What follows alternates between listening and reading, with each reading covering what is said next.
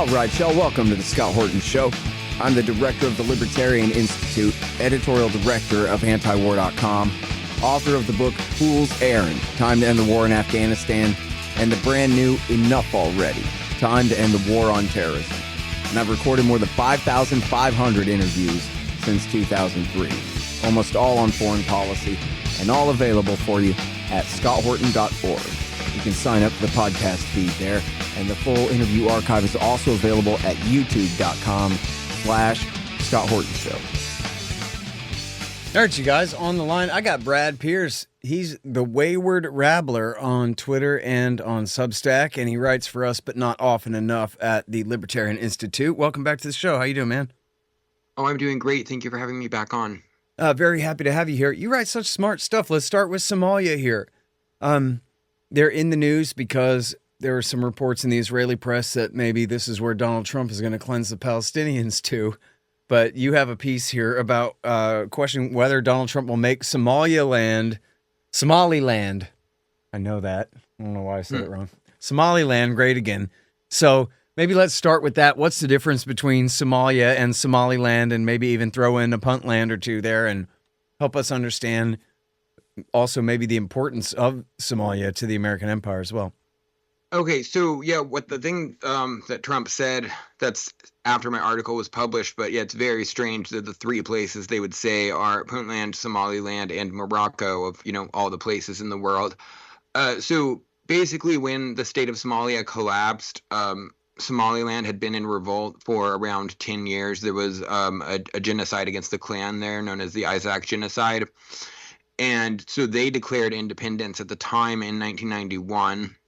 Later, in I believe 1997 or 98, Puntland declared internal autonomy unilaterally, but without saying it's, you know, an internationally independent country.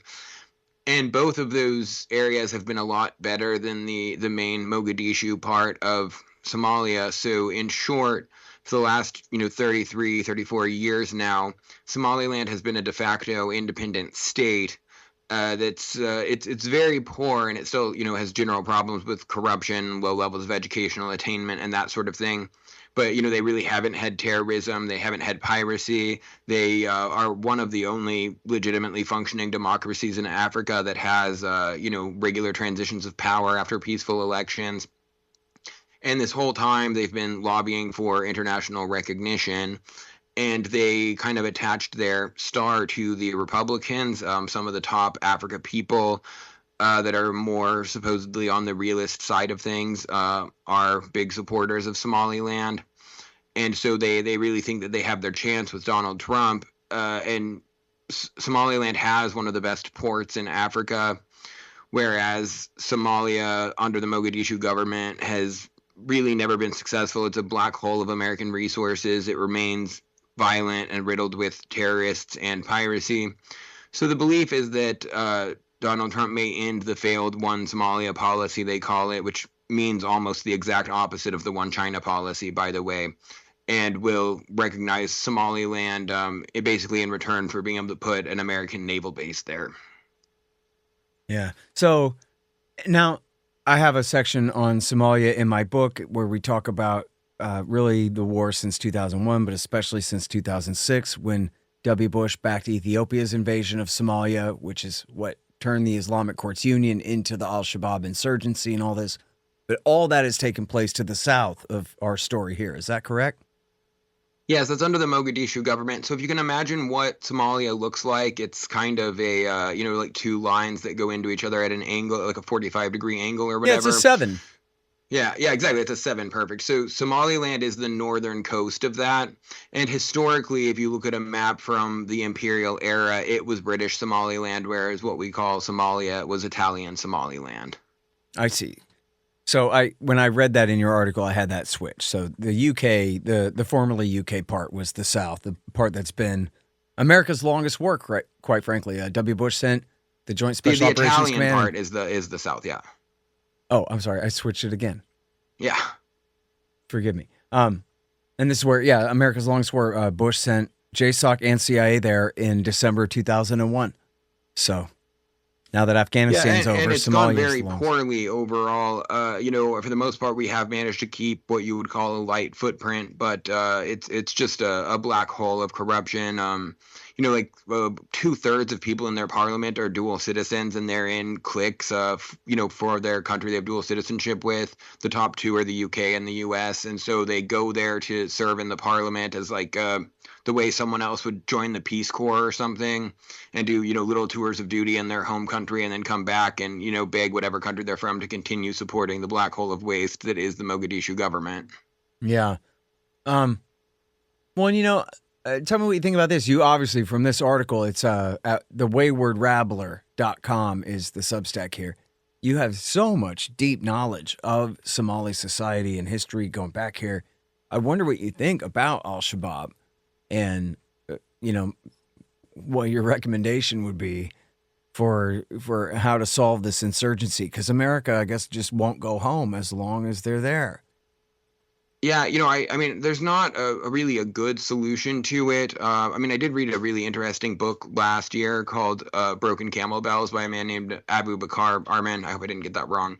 Anyway, it was talking about how kind of the problem with the Islamic Courts Union is that, any legal system requires judges being like wise and responsible people. But as they spread out through the countryside and everything, you had all of these like young people that got put in the position that were doing crazy things like banning watching sports or whatever. But he was saying that, Islam is the only thing holding Somalia together at this point when it's so broken. So like, I don't really know how you get rid of terrorism, but strangely, like it might be the case that recognizing that there's such a thing as like moderate Islamism is the only direction that you can go to kind of incorporate the elements into society that can be.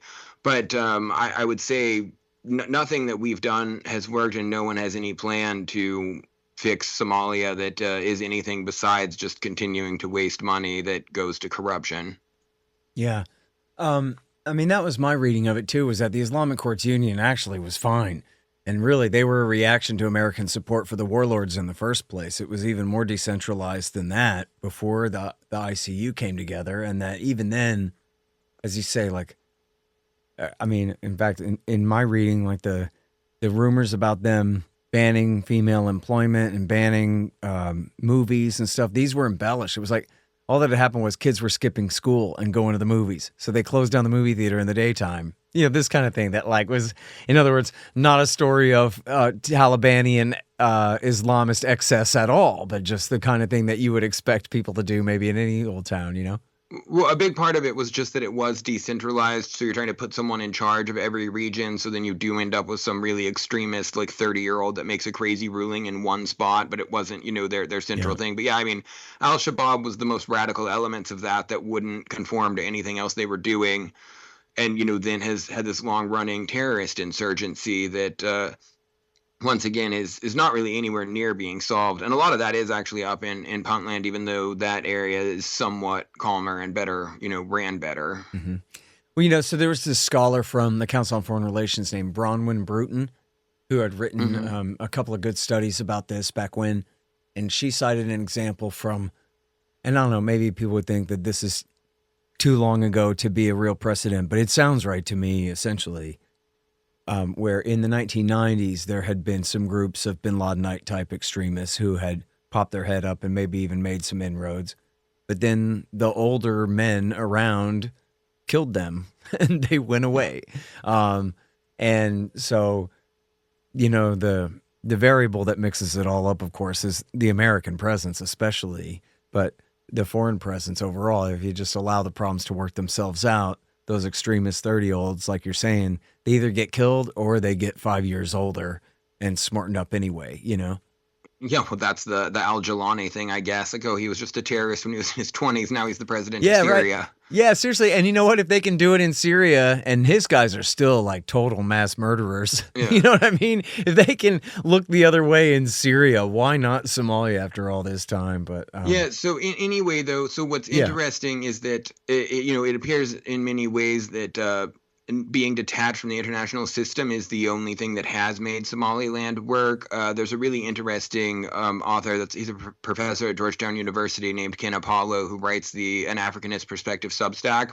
And he was talking about how just all the ways if Somaliland gets connected to the international system, and I mean, they're kind of trying to shut down USAID, but you'll get all of this money coming in and corruption and weird trendy projects and this and that. And then most importantly, because Somaliland's unrecognized, it relies on the actual consent of the governed for legitimacy, whereas basically every other state in Africa relies on international recognition for legitimacy, and then has no reason to care how their people are doing. So that's one of the curious things about this is it's not all the Somaliland activists have got really set on this idea that they want and need international recognition. It's actually much less obvious that international recognition will improve Somaliland in any way, though. My stance here is that Somaliland is an independent country, and we should recognize it as one simply because it's true, and it would be one less fiction in our it's the whole revenge of the reality-based community thing. It would be one less fiction in our ridiculous global empire. Sure. And yeah, in principle, I guess if it wasn't the American empire really doing anything except changing a line on a page, that'd be one thing. But as you were saying before, this is all tied up in larger policies. Like, as you say in your piece here, China has a base in Djibouti. And this is all about control of the Horn of Africa and the gates of the Sea of Aden and the Red Sea there, right? Yeah, exactly. I mean, and I would say it needs to be emphasized that one of the only genuinely good things about the post-World War II order is that there is general freedom of navigation that, the Anglo-Americans have more or less enforced, and in a less hypocritical fashion than they do most things. They've been relatively genuine about that. And so, it is bad for the world if, you can't protect shipping in that crucial sea lane. I would also just say in general, the Africa policy is in shambles, and it's pretty much a lost cause. The only way, if you want to look at it from a grand strategy perspective, recognizing Somaliland and setting up there is kind of one of the only ways to salvage what is salvageable in a way that deals with the general global interest of, protecting commercial shipping and a few other things like that. It also gives us a fallback area for everything in the Middle East going to hell, which it more or less is already. So that's another thing to think about. Yeah. So, and of course, I mean, the piracy is one thing, but Al-Shabaab is another. And now that you're going to build a giant military base, or I don't know how giant, but they're going to build a military base there in Somaliland in the north, then they're going to use it to escalate against the south. In fact, actually appears they would mostly use it to escalate against the Houthis in Yemen. Hey, why not both? Yeah, well, no, exactly. Why not both? But the concern. Trump bombed them the other day and said it was ISIS. Yeah, that was in Puntland, and I have to say that I'm pretty sure that was done to reassure the Mogadishu government, who is hiring new lobbyists, and they're hiring new lobbyists probably with money that we gave them in the first place to try to get the U.S. to not make this turn. It's really a strange thing. So Somalis are kind of the only true nation in Africa that, nation state in Africa in the same way that you might have in Europe or something like that. And so from the time it was founded in 1960, they were really irredentist about, having all of the Somalis under one country, and they're very, uninterested in respecting international borders because there's a lot of Somalis in, Djibouti is French Somaliland, or it was, and then there's Somalis in Ethiopia and in Kenya. And so everyone in the Horn has always kind of been against the Mogadishu government because of this. And so they, despite the fact that it's completely unrealistic for them to take over Somaliland in any way, there really is still a very strong current that, Somalia is the government of all Somalis everywhere, and that the ultimate long-term goal is to have them all unified in one state. And that is part of why there's so much resistance to Somaliland independence, despite the fact that they have not controlled it for over 3 decades and are not likely to at any point in the future. Yeah. Well, and then, so you mentioned the Houthis, Ansar Allah, they're called, the group that has controlled Sana'a, the capital of Yemen, for now 10 years. And as listeners to this show know, America bombed them starting in March 2015 and all the way through the first year of Biden and into the very beginning of the second year of Biden. They finally knocked it off and signed a peace treaty. That was really America backing Saudi and UAE in their air war, which achieved nothing. And Al-Qaeda on the ground, as we documented numerous times, fighting in that same coalition, AQAP. And then, but the Houthis, I don't know if it cost them anything. They're just as much in charge in Sana'a as they were. And of course, they participated in the recent slaughter in Israel against the Palestinians, sticking up for the Palestinians, firing missiles at Israel and firing missiles at American warships in the Red Sea. And America's hitting them back.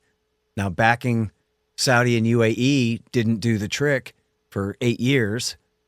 Do you foresee a regime change war, an attempted regime change war against Ansar Allah in the Trump years, or maybe just more punitive strikes or this kind of thing? I would say probably more punitive strikes.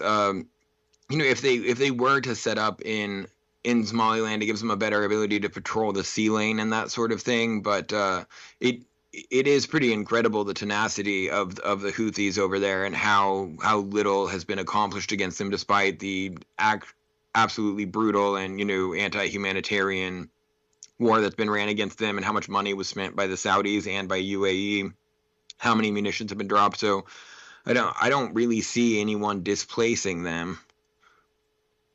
Yeah, it doesn't seem like it. And war is the health of the state unless you lose, and they have been benefiting from the war against them this whole time. I haven't talked to him in a little while, but there's a Yemeni reporter I talked to from Sana'a who made it clear to me, listen, I'm not a Houthi, I'm not a Zaidi, and I'm not from the north, but we're all Houthis now. This is our security force. He said this is like if George Bush is from Texas, is just one state out of 50 in the union, but when he's the president and America's attacked, everybody supports him. USA, united, right? Like that's in it. Same thing in Yemen, of course. And so their regime is, has broader and broader support every time a Western explosive goes off in their land. Well, and another way that destabilized the region that almost no one talks about is that both sides of the Sudanese civil war fought there as mercenaries, with the SAF fighting for the Saudis and the RSF were employed by the UAE. So like both sides of that war got a bunch of combat experience fighting in Yemen before they turned on each other in Sudan. Oh, man. You know what? Yeah. I mean, unless you named Peru or something like that, this is a war that, I just mean Latin American controversies. Yeah. I don't know what the hell's going on in Peru. I just mean I'm the worst on Latin America and I'm pretty bad on Sudan. So it's been a while since the last time I talked with a real expert. It was the nomads versus the farmers out there. And all the Democrats were calling it a genocide and saying we should pull out of Iraq and invade Sudan instead. I don't know if I've covered it at all since then. It's been a while. I mean, I had a guy who was a friend of mine who's a relief pilot who'd been there many times over the years. And he explained how everybody embellishes the story because they don't understand it. But what it really was the nomads versus the farmers. And as the Sahara Desert encroaches, the nomads have less and less territory to tread on other than some guy's field and let their camels eat his tomatoes. And now you have militias at war. And that was the basis of the last, the big George Clooney genocide of the last era there. Well, honestly, I don't know. There's arguments about how universal you should look at moral principles or whatever. But yeah, the concept of genocide came up with because of like the industrial scale at which the Germans did it. I'm not really convinced that it's productive to look at raiders on camelback torching a village that way. Like this is like 5,000-year-old warfare basically. I don't know, that's just my view. Yeah, no, I mean, I was sort of satirizing their PR at the time. They were saying that that was. In other words, the fact that it was nomads versus farmers is what made it not a genocide, like in the PR. That's what I was kind of trying to say, although I didn't say it very clearly. But I agree with exactly. You. I mean, and on a similar subject, it's just worth mentioning. that Somaliland is very much a camel culture as well. So this is one of their disputes. One thing that if we're going to recognize them, it is important that you don't get a situation like South Sudan where it, falls into civil war or regional war like right away. And they do have some disputes with Ethiopia about where they graze, and then they do have other clans there that are not accepting their rule currently. So I would say that as much as it makes sense to recognize the government in Hargeisa, just because once again it is a real government, it collects taxes, it pays its own its own civil employees and military, it regulates things, it does everything a government does. There are several issues to be worked out, so I do think that it would be prudent if they actually do this in terms of starting negotiations in a proper and responsible sense, instead of just doing a big Donald Trump like waking up one day and saying, "Hey, Somaliland's the 55th state in Africa." Yeah, well, I think you're more likely to get that. Yeah, definitely. With the I will say no though, care put into it. his two main people that he has on Africa. They have their problems, Peter Pham and Tibor Najee, but they do actually know what they're talking about, whereas there's a really bad tendency for America to just send kind of a random black person because they feel like the optics are better. So you get someone that is either totally incompetent, like General Langley, or someone who's been the AFRICOM commander under Biden. I guess I'm not sure if he still is, or someone that otherwise just doesn't happen to know anything about Africa, and they come in and they have no idea what's going on. Both of the Peter Pham has not actually been appointed to a position yet, but it's believed he'll be the top Africa envoy. And Tibor Najee is the undersecretary for management at the State Department, whatever that means. And both of them really do deeply know and understand the situation. So we have that going for us. Yeah. Man, I wanted to ask you one more thing that you didn't write about in here. Sorry, but it's very interesting to me, and nobody ever talks about this, but you know so much about this stuff. Where'd you go to college? Washington State University. I have a degree in American literature. Okay, the rest of this is you're just read all day like me, only better. Okay, Thanks. This is such great stuff. But I wonder if you know the story about the locust plague. That was the result of America's war in Yemen, and that ended up devastating the Horn of Africa there in, I guess, the very late Obama years, and further effects of that on all of this chaos. You mentioned how the Mercs fighting in the war in Yemen flew back into Sudan there. I'm sure there must have been all kinds of consequences from the giant locust plague, do you know the story about? I remember that happening. I mean, there are periodic locust plagues anyway, but I don't remember how that's related to Yemen. Was it just the fields not getting planted or something? Yeah, no, it was worse than that. It was and there's the article, everybody, is by Hunter Morgan at antiwar.com. And what happened was there was a program at the University of Sana'a where the graduate students would go out every spring and they would murder the crickets. They would massacre them in large numbers. And it was like a constant upkeep they would do every year. And when they were unable to do that, as I said, crickets, grasshoppers, whatever. Locusts, yeah. No, because it's the grasshoppers. Because what happens is, and they finally figured out what causes grasshoppers to turn into locusts. I see. It's when they're so close together, they're so overburdened in population that all of their swarm like bees. The males' back legs rubbing against each other causes the chemical change that makes them convert into locusts. So what they would do is they would cull them basically every year. But due to the war, the college was canceled. Graduate students are not there, and the program to go out and kill all the grasshoppers was canceled. And so for 1 or 2 or 3 years in a row, whatever it was, the grasshopper population was allowed to get insanely out of control, and that ended up turning into the giant locust plague that then crossed the Red Sea into the Horn of Africa and decimated crops. That's really interesting. The instability of decolonization in Africa caused a lot of things like that. Like, for example, when Idi Amin expelled the Indians from Uganda, they controlled a lot of the agricultural land, especially the big plantations, and they were clearing all of this undergrowth, which was where the insect that causes, I don't remember which parasite it is. Africa has a lot of really bad parasites, but one of the main ones, like snail fever or something like that, it just came back with a vengeance because it was the Indian plantation owners that had actually been doing the work of clearing all of this brush like that in between their plantations, and once it grew back, which was a massive parasite outbreak. Crazy. What a world. All right, listen, let's switch continents for a minute. I know we barely touched on this awesome article that you wrote about Somalia, but I'm going to reread it later. I read it too long ago before this interview, sorry.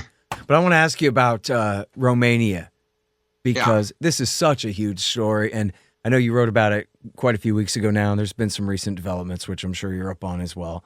But this is some pretty historical, big deal stuff, man, this thing in Romania, even though people might shrug and say, what the hell do I care about what's going on in Romania? But seems like, well, our government's involved in everything always, right?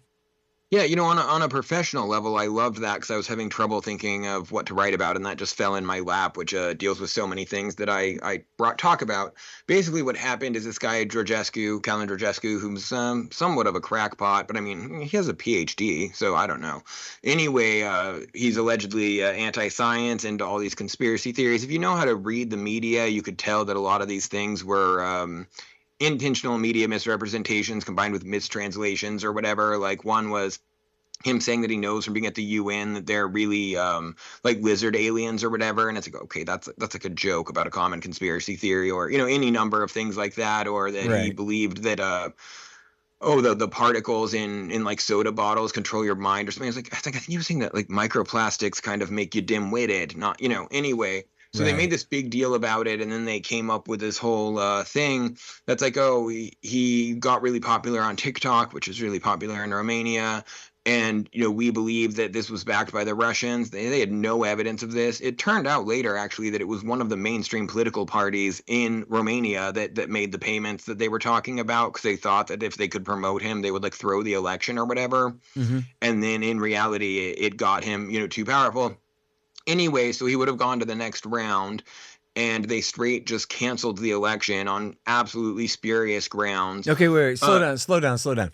So this is essentially just like 2016, right? What the Clintons did with Trump. So this is, and in fact, I like bringing this up too, that not in the very last election of 24, but in 22 in the midterms, the Democrats did this, and it worked. This is a common strategy. They did it, and it worked very well in 22.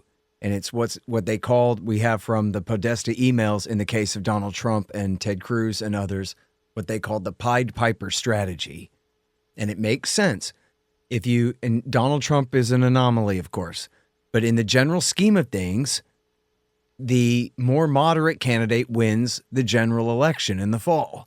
So what the Democrats do is they would donate to and support the wildest pro-Trump candidates in order that their more moderate candidate would beat them in the fall. And it did work. It works all the time. And this is one of the ways that they tried to rig the election for Hillary Clinton in 2016, was they thought that Donald Trump, being a wild man, he'll be so easy to beat.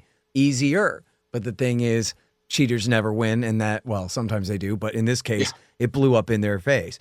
But you're saying that this is the same thing that we're talking about here. The ruling party. They didn't even let the second round election happen. They did the first round and he made it through, and then they just canceled it entirely. Wait, go back a step. The ruling party, they supported a campaign to boost this guy. And then he was. I don't think it was a ruling party. It was one of the mainstream parties. One of the mainstream parties, I see. Okay. And then he was doing so well. You said he did win the first round, or he was going to? Or what? I believe he did win the first round. Regardless, he was going to the second round, and so they didn't allow the second round to happen. Wow. And then they said it was Vladimir Putin who rigged the whole thing through Chinese control of TikTok, right? Yeah, basically. And then, it's crazy because all of their examples were like all of these other times that you and I know was just like the mainstream media and political parties lying. So their whole excuse, like, oh, this is like in Moldova and in Trump and everything and in Brexit. And it's like, but you made all of those up. Like you're listing a bunch of other lies as your justification here. Amazing. And then it was really something. Okay. So then did it turn out that the Russians had anything to do with this at all? Not that I've seen proven. There was no meaningful connection. And it's once again, it's the same thing as FICO in Slovakia or Georgian Dream in Georgia or whatever, where it's like it's just the person that's saying like, I don't want to get us all killed over Ukraine. We need to find a way to live together, basically. And they're like, oh, only a Russian stooge would not want to die in nuclear war. Basically, it's ridiculous. And they're especially worried though because there's this huge NATO base. Well, it's huge military base is supposed to be opening in Romania. It should be emphasized that unlike Ramstein in Germany, which it would be bigger than then it would actually be a Romanian-owned base, not like a U.S.-owned base, but it would still be like NATO's largest base on the eastern flank overlooking the Black Sea and all of this. So they're, really not having any of it with this with this guy taking power. And of course he's kind of like an anti-vaxxer and all this other stuff like that. So they went through, it's the whole gamut of just absolutely everything that we have heard before. It was honestly quite comical. Yeah. But it's such an important and stark example of exactly what they mean by democracy. Democracy means you do what America wants you to do. It does not mean the people of your country get to vote for the people who want to implement the policies that they want to see implemented. That doesn't have a damn thing it means to do like with you filthy peasants can decide the value-added tax on canned borscht, but you have nothing to do with what foreign policy we have. Yeah, absolutely. It's really incredible. And then, so am I right? This is, like they said, this is the first time anybody's canceled the democratic election in the European Union in the post-Cold War era, right? That I know of, and once again, this was done to huge applause. They were going on and on about how this, Romania saved democracy, or, Romania's judiciary saved democracy or whatever. It's an absolute farce. Mm-hmm.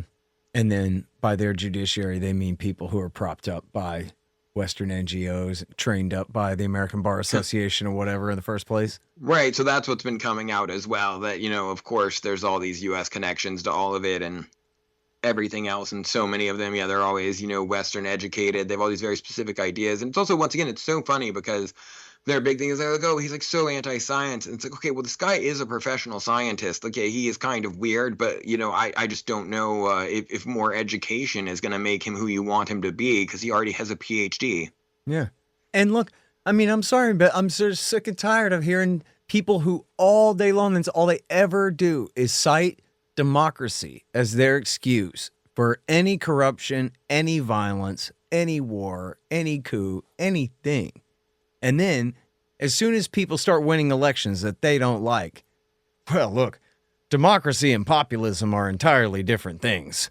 And if the people of this country yesterday saying that no, these institutions are what make up democracy, like that's what differentiates it from dictatorship. And it's like, dude, like the strongest institution and norm enforcing institution of all time was the Catholic Church in medieval Europe. So what are you talking about? Yeah. The strongest institution in America is the Pentagon. Right, is that our democracy? And they just don't mean it. Democracy means it doesn't just mean when America gets what it wants. Democracy is when the Democrats win. Otherwise, they'll frame you for treason. They'll do whatever they want. Yeah, no, it means very specifically the rule of this. I mean, I often call them a pantsuit mafia, but of this NGO class that they're talking about with USAID right now, it means just this very specific type of managerial state where you have elections that are primarily ceremonial. It's like the liturgy of government. We really learned this in the first Trump term when they kept breathlessly freaking out about just tiny little changes to traditions that were never a law before, that we had never even heard of. So you can call them Pharisees or mandarins, depending on what is your preference. But it's exactly that. Like all they care about is technique and method. They don't care about results.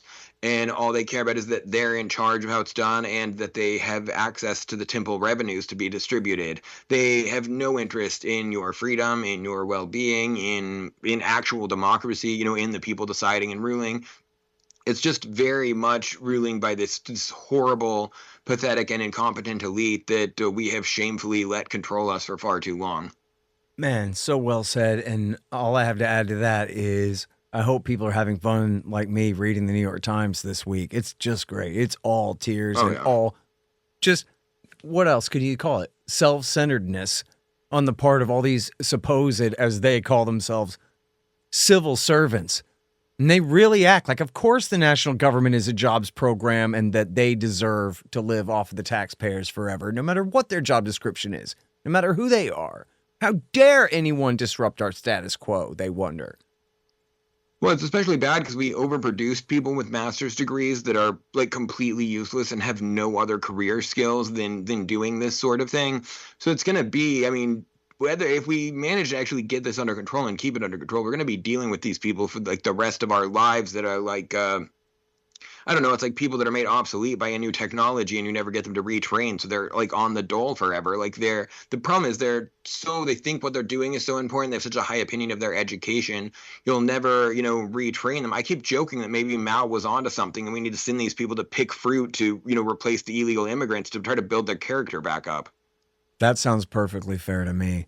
Or yeah, at least. Seriously, I'm really not joking. I think we should do it. Yeah. Or at the very least, just tell them, listen, you're not getting one dime of welfare. The agricultural fields are that way. Get walking. Right. Exactly. Learn to code, learn to mine, do something. Learn to pick apples. Yeah. Scott Horton coffee. It's a thing. It's really great stuff, too. The Scott Horton Show Supreme Breakfast Blend from Moondoe's Artisan Coffees at moondoesartisancoffees.com.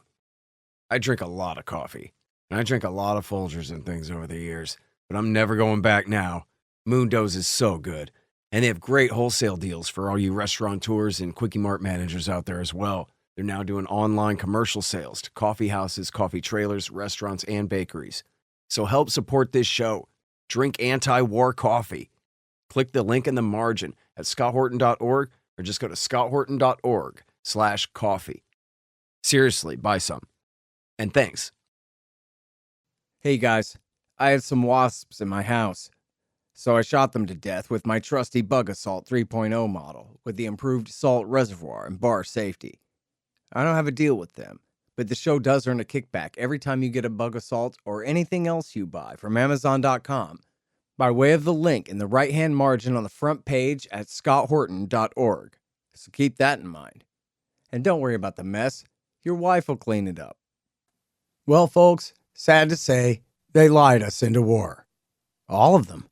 World War I, World War II, Korea, Vietnam, Iraq War I, Serbia, Afghanistan, Iraq War II, Libya, Syria, Yemen. All of them. But now you can get the ebook, All the War Lies, by me for free.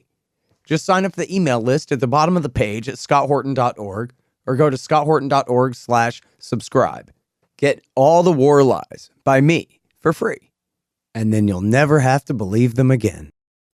I want to ask you about Georgia, but as long as we're talking about these people, I wonder, what is your assessment of the upset at USAID? I mean, they're saying 10,000 people are fired and it is over for this thing.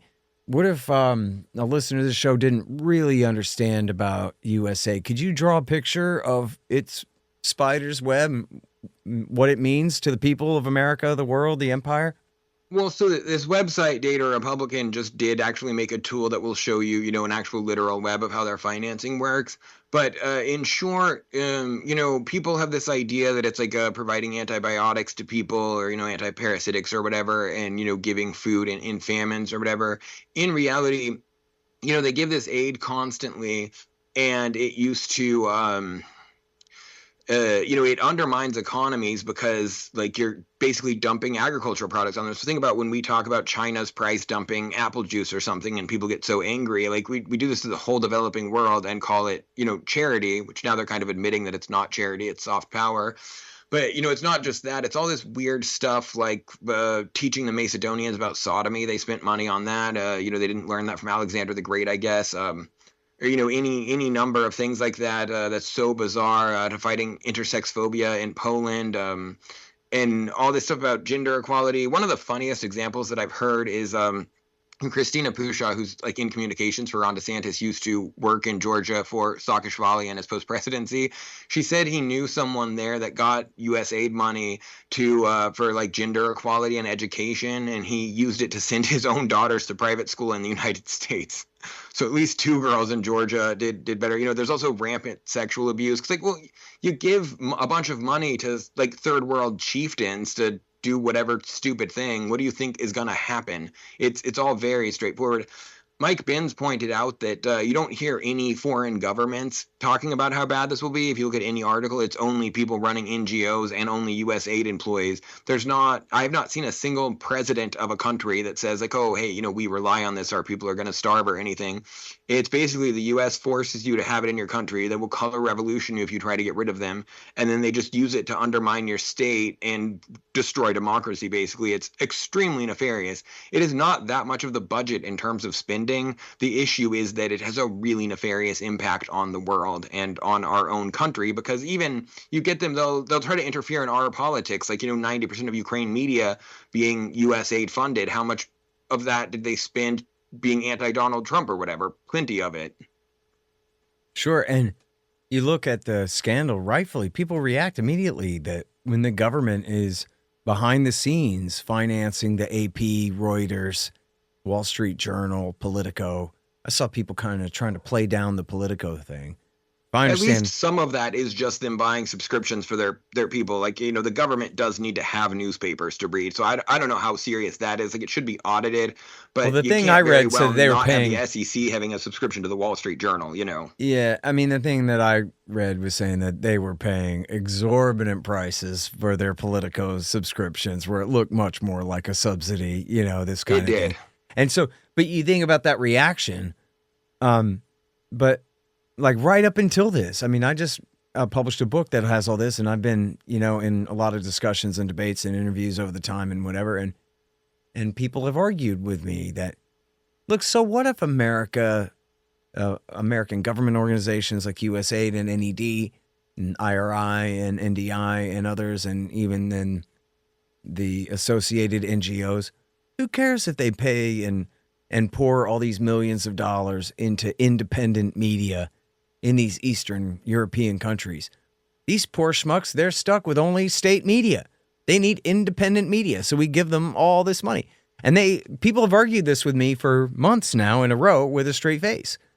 But when it comes to this USA thing breaks out, and we find out that our government is spending any money on our own media at all, subsidizing our own media at all, we go, hey, wait a minute, you can't put your thumb on the scale like that. But imagine you're some poor country like Georgia or Ukraine, and you have the Americans coming from across the sea with tens of millions of dollars, hundreds of millions of dollars, and set up all different media organizations, a whole ecosystem, an echo chamber of media organizations to push a foreign line in your country. Man, if anybody treated us like we treat them, there'd be a freak out over here. Yeah, so you want to know something really funny? And I have this on a tweet I continue to put up in the episode description if you want. But the this Open Caucasus Media out of Georgia, it says on their website, we're completely independent. People often accuse us of being in the pay of, the Americans or George Soros or whoever else. We're completely independent.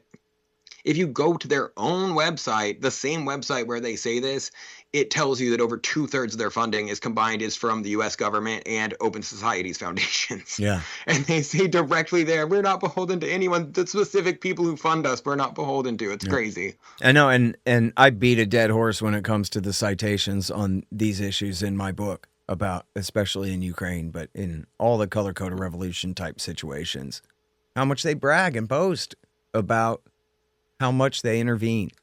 We live in unsettled times. Yeah. Well, so talk about Georgia. This is an extremely complicated one, especially for a lot of people. They forget there's such a thing. We usually call it former Soviet Georgia. So everybody knows we're not talking about the land between Florida and South Carolina here. Yeah. I bring this up. It's really important because, I don't know, it's meaningful to me. Now, a lot of times Americans have never heard of this other Georgia at all, or they totally have forgotten about that they've ever heard of it before. And so, for example, when war broke out, I'll let you describe it if you want. When war broke out in 2008, people thought that Russia was invading Georgia, and they were terrified about that their parents were in danger, their families, that America was going to have conscription and maybe nuclear war. And I was like, no. Wrong Georgia, dude.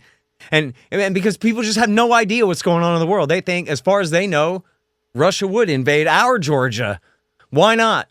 But in this case, no, it was America's war, but it was our border dispute 7, 8, 9,000 miles east of Washington, D.C. that was going on there.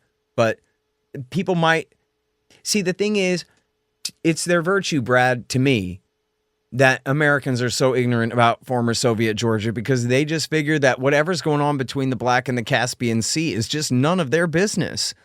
Right? Like Prince Caspian, wasn't that a Narnia book? Like this is far, far, far away from us or our interests. Who cares? But the thing is like, nah, Bill Clinton made it our problem. That's why, and it still is.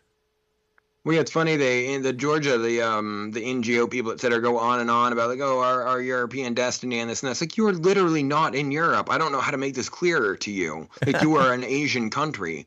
Anyway, yeah, Georgia. I mean, it's one of the most infested countries by the NGO class. I mean, I did the math on it, and I think a higher percentage of Georgians are employed by foreign-funded NGOs than Americans are employed by Walmart.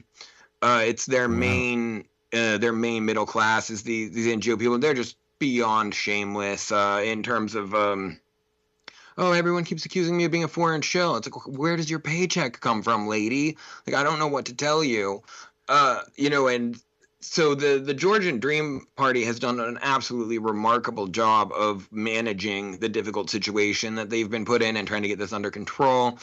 They really, I don't know if they've been reading Machiavelli or what, but they've been right about, delaying at the right time and moving forward at the right time. They are kind of under the control of an oligarch that is, a domestic one, but they've just done a remarkable job at trying to get their country under control. And, they also wanted to be closer to Georgia. What a lot of people don't understand is that people have this idea that they have these supposed European values, whatever the hell that means.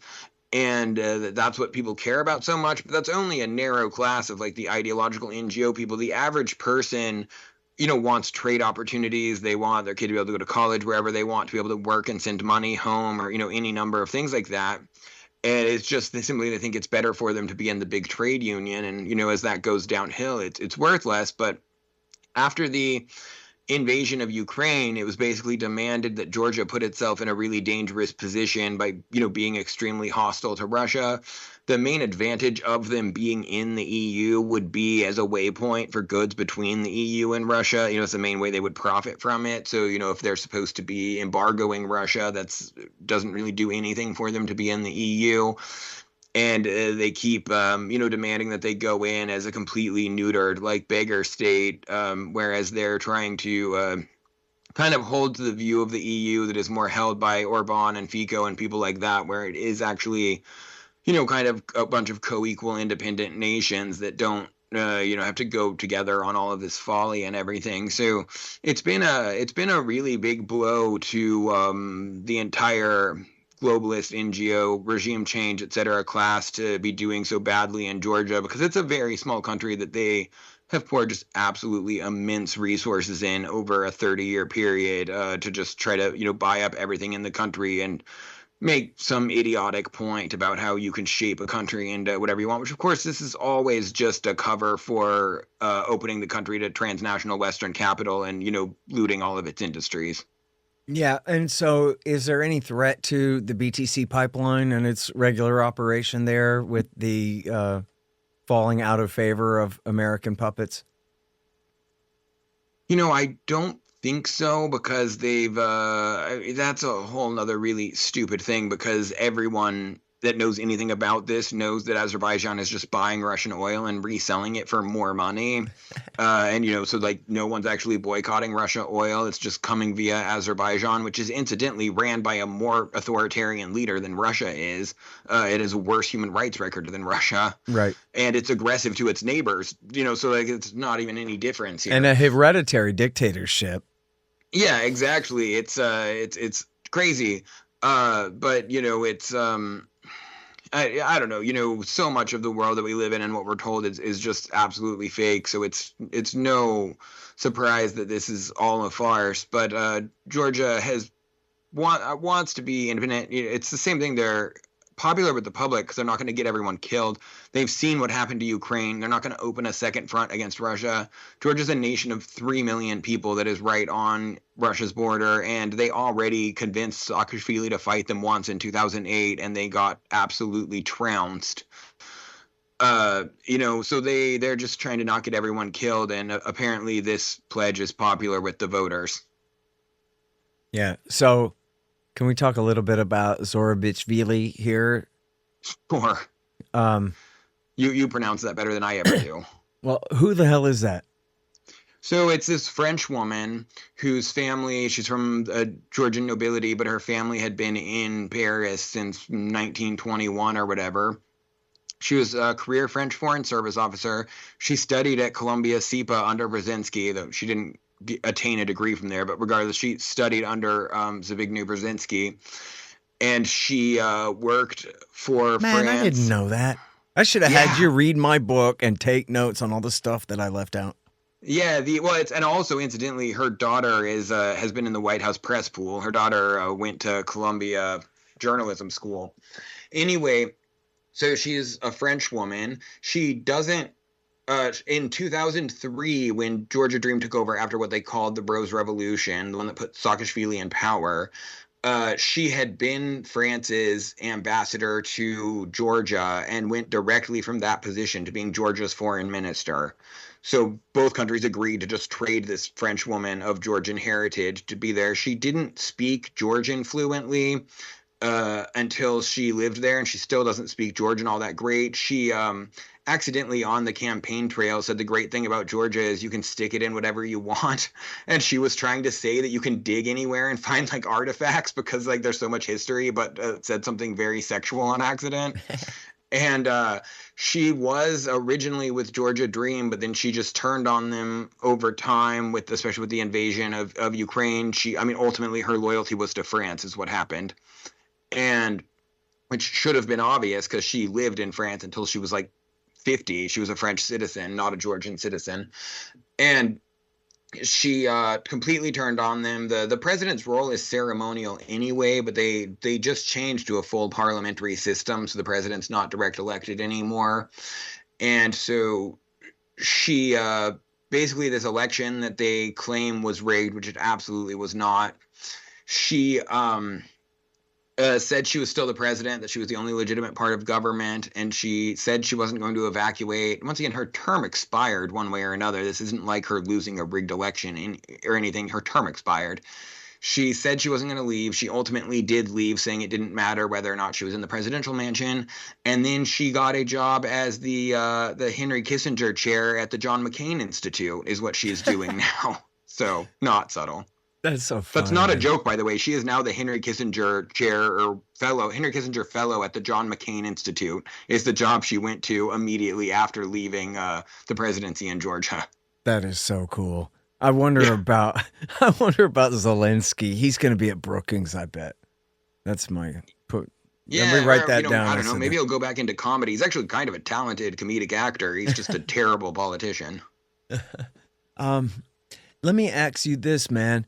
When she was doing this, was this just some idiot lady doing this, or there was a scheme here where people were trying to figure out a way to make this stick and keep her in power? As far as I can tell, they told her to take it as far as she possibly could, and that they would make sure she landed okay.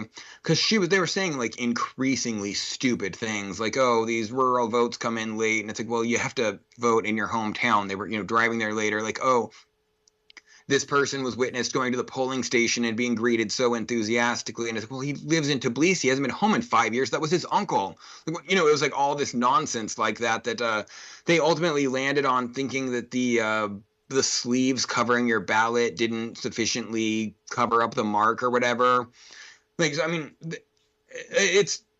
people who don't understand what international election observers reports look like might have thought some of this was bad, but you kind of need to understand what they're saying. Like, one of their complaints was that the parliament wasn't gender balanced or whatever, and it's like, okay, well, that's not democracy. This is that has nothing to do with whether or not the election was fair. What gender balance you end up with after this, or all of these funny. Another big one was like, oh, the Georgian Dream had so much more money than the opposition parties. And it's like, okay, well, yeah, there's one ruling party and a coalition of 12 opposition parties. Of course they were to buy more media. That's not an election being, it's arguably an election being unfair in a broader sense. It is not an election being unfair in the sense anyone thinks of as an election being stolen, So it was all this nonsense. There were a handful of instances worth investigating, as there is in truly any election in the world. There's going to be a handful of things, done incorrectly at polling stations, of some double voting, of this and that. Did they claim exit polls? Because that's the usual color-coded scam. Oh yeah, they did that too, and they used the same firm that they used in Venezuela after the last one. I'm blanking on the name, but it's a very specific American firm that they use for this purpose.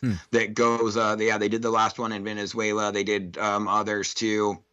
And they're claiming, like the exit polls couldn't have possibly said this.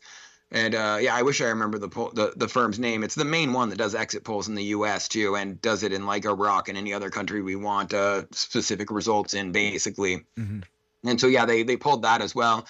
But it was really laughable. Their claims of fraud were absolute nonsense, and she just went with it. She just kept saying increasingly bizarre and humiliating things. Like there's no doubt in my mind that they told her to just go as far as she could, and they would take care of her.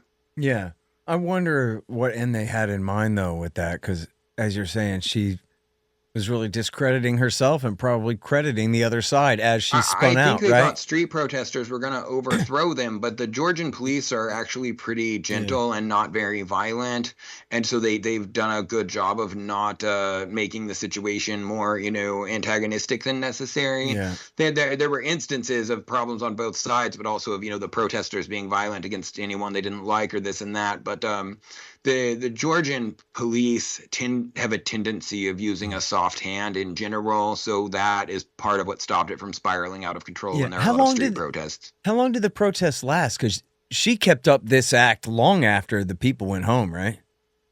Weeks. I want to say she was doing this 6 weeks or something after the election. I guess I don't have the exact number on me. But yeah, fortunately, she left the presidential mansion, because that's the thing. She said it didn't matter if she was there or not, but it's like, to the government, it does matter. You can't have someone squatting in the presidential mansion. They would have had to send in like the police or the military to remove her if she did that. That's so funny. That's like what they said Donald Trump was going to do, right? Force the Secret Service to drag him out or something. Right, exactly. She ultimately decided against the confrontation. She said she had a big announcement the next day and then just walked out like, oh, I'm still the legitimate president of Georgia, despite that my term expired. But yeah, it's right. Ridiculous. So then I guess we're beating around the bush here, Brad. America has lost Georgia now, huh? The American USAID blob has lost Georgia. The Georgian people have nothing against us. Georgia Dream always wanted to be close to Europe. They just didn't want to be completely controlled by foreign NGOs and everything. So yeah, I mean, like the USAID class has lost Georgia. If Donald Trump just sends a reasonable ambassador to them and says, hey man, like, we didn't have control over these people in our government, we want to improve our relations, they're going to stick their hand out and, shake the guy's hand right there and say, okay, let's get to work. So it's not irreparable, but it's been lost in the sense that it's like a satrap of the NGO class. Yeah. Well, and which is not just that. I mean, that's the empire itself. That's its own little parallel State Department, right? I mean, that's, as you said before, the dollar totals aren't that high, but don't let that fool you. This is extremely influential influence all over the place, right? Yeah, absolutely. Yeah. All right. Well, man, I should let you go. It's already an hour, but I want to ask you about Ukraine next time. So keep writing great things, and I'll keep recommending people go and look at thewaywardrabbler.com. That's Brad Pearce's Substack for you there. And you can find him from time to time at the Institute as well. Thanks, Brad. Okay, thank you so much. Bye. The Scott Horton Show, Anti-War Radio, can be heard on KPFK 90.7 FM in LA, APSradio.com, antiwar.com, scotthorton.org, and libertarianinstitute.org.